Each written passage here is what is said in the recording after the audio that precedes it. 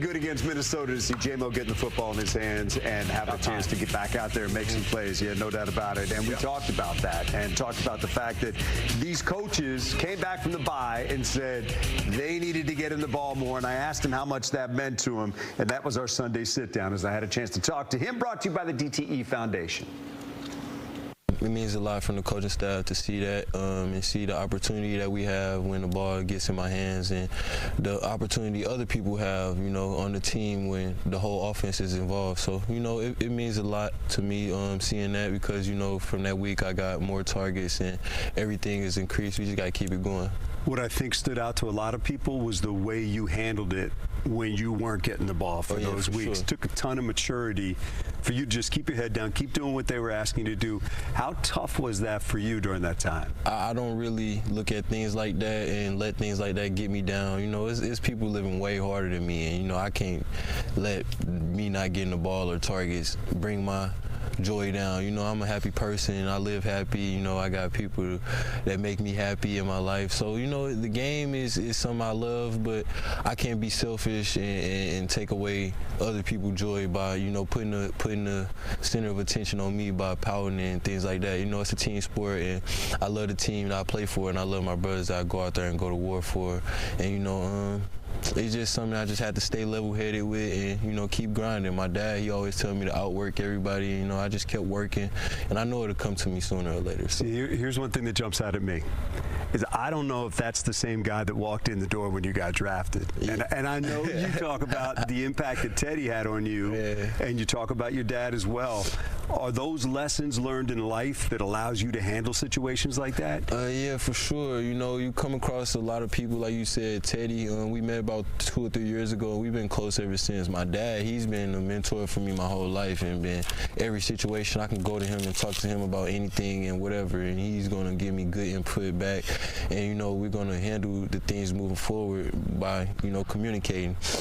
Teddy, he helped me on a whole nother level. I can't even explain everything he's done for me just inside of this building. You know, it's worked for me a lot, and he just, man, I just look at him. I feel like I owe Teddy by how much he helped me, you know.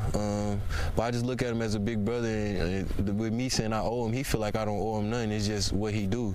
So, you know, I just had to grow up and mature, and, you know, life moves on every day. You know, you get older and older, and, you know, you just mature as days go on.